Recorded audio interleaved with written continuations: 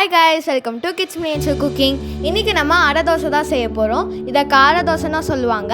அதுக்கு என்னென்ன பொருட்கள் தேவைன்னு பார்க்கலாமா? வாங்க. தேவையான அளவு காஞ்ச மிளகாய் எடுத்துக்கோங்க.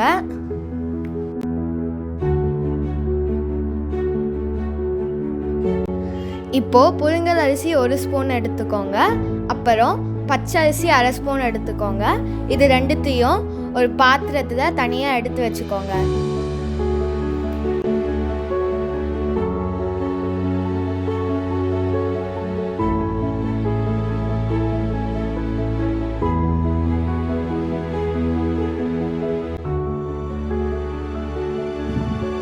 இப்போ நம்ம பருப்பெல்லாம் எடுத்துக்கலாம்.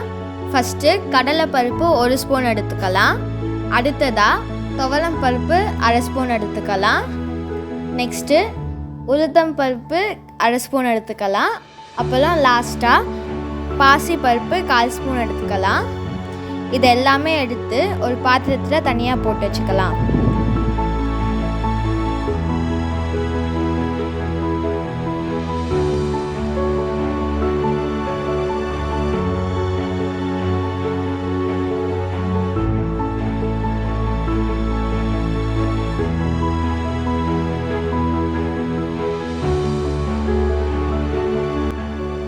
இப்போது அரிசியையும் பருப்பையும் தனித்தனியாக அட்லீஸ்ட் 1 மணி நேரத்துக்கு ஊற வச்சுக்கோங்க. அரிசி பாதி அரைஞ்சதுக்கப்புறம் பருப்பை போட்டு கொரப்பாக அரைச்சிக்கோங்க. மாவு ரெடி ஆயிடுச்சு. இப்போ அடுப்பில் பேன் வச்ச பிறகு அது மேலே எண்ணெய் தடவிக்கலாம்.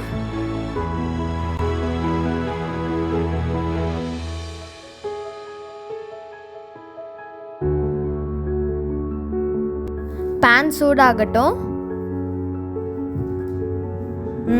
நல்லா சூடாயிடுச்சு. இப்போது இதில் தோசை ஊற்றலாம். நம்ம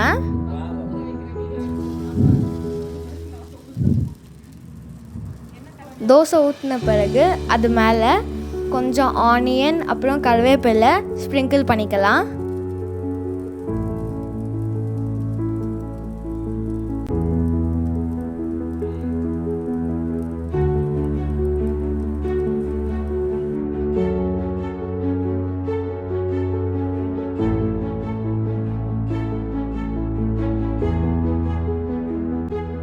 தோசை வெந்துடுச்சு. இப்போ இதை நம்ம திருப்பி போட்டுடலாம். வாவ், சூப்பராக கோல்டன் ப்ரௌன் கலரில் வந்துச்சுல்ல.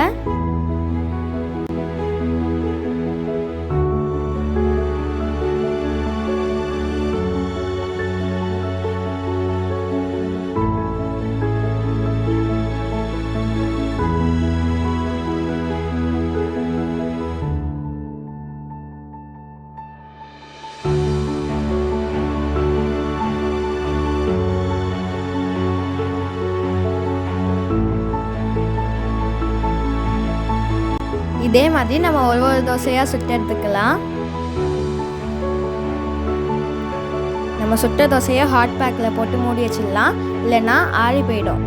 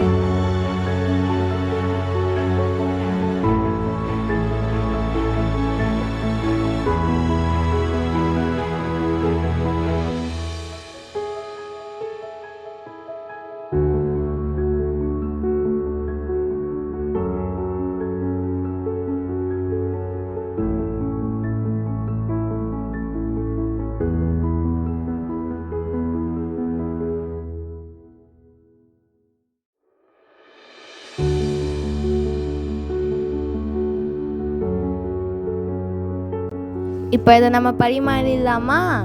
இதுக்குன்னு தனியாக ஸ்பெஷல் சட்னி செஞ்சு வச்சுருக்கோம். இப்போ இந்த தோசையை இலையில எடுத்து வச்சிடலாம்.